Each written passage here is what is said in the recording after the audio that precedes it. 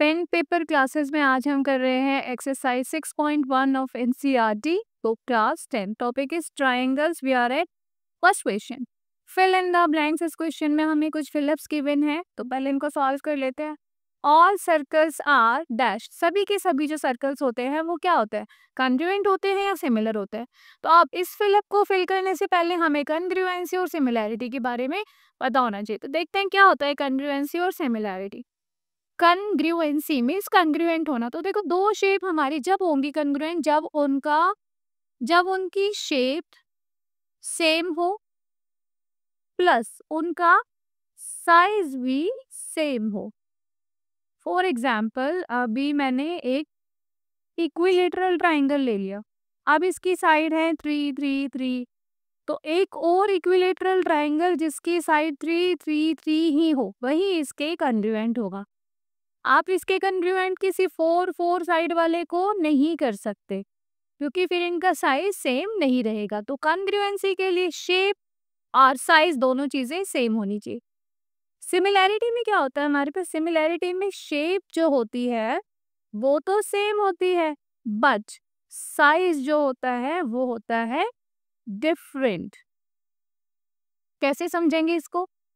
अब मैंने एक और ट्राइंगल लिया, ये एक राइट एंगल ट्राइंगल है, तो अब इसकी मैं जब साइड्स लेती हूँ, कुछ भी हम साइड्स ले सकते हैं यहाँ पे, और एक और ट्राइंगल मैंने ले लिया वो भी एक राइट एंगल ट्राइंगल है। वैसे मैंने इनकी मेजरमेंट्स नहीं लिखी है बट आपको देख के भी आइडिया हो रहा होगा कि इनका जो साइज है वो डिफरेंट है। तो इसी तरह के केसेस जिनमें क्या हो, शेप सेम हो लेकिन साइज क्या हो, डिफरेंट हो, तो वो कहलाते हैं सिमिलर। अपनी एक्सरसाइज पर वापस आते हैं।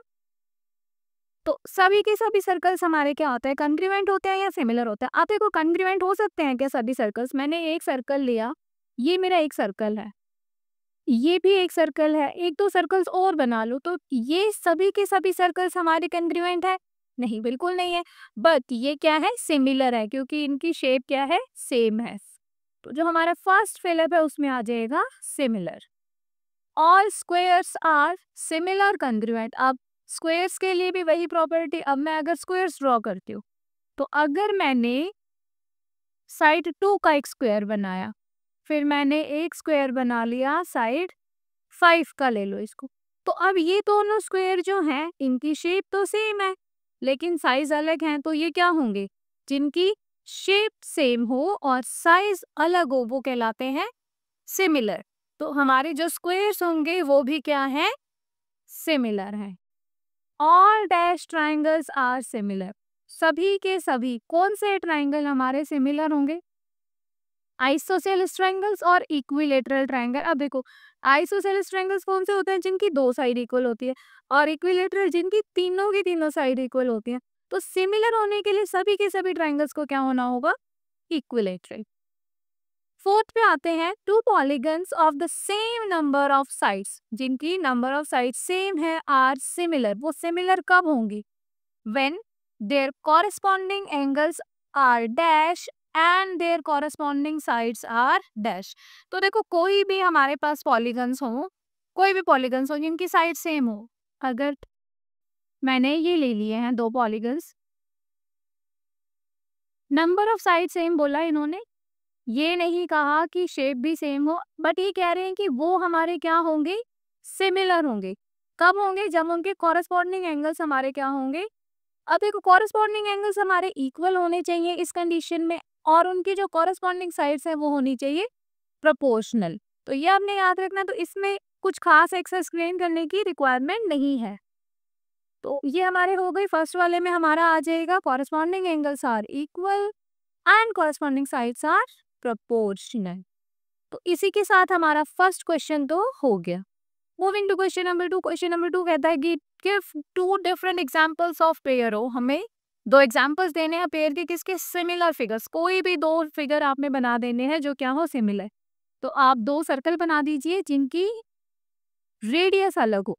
रेडियस अलग क्यों ली हमने, ताकि ये सिर्फ सिमिलर दिखे और कॉन्ग्रुएंट ना दिखे। तो मैंने ये 2 सेंटीमीटर ले ली है। ये थोड़ा कंजेस्टेड नजर आ रहा होगा आपको, थोड़ा छोटा साइज है।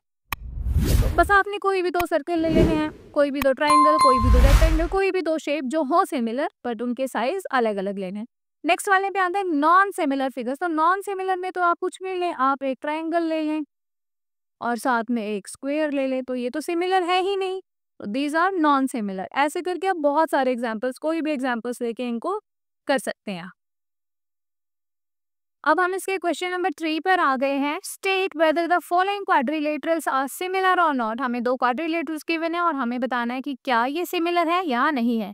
तो देखो, सिमिलर होने के लिए पहली चीज क्या थी कि शेप सेम होनी चाहिए, तो ये बिल्कुल नहीं है शेप सेम। क्यों नहीं है?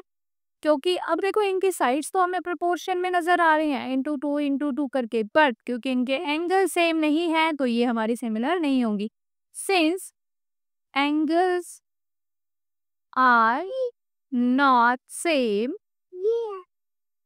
therefore these quadrilaterals are not similar। ये सिमिलर नहीं है।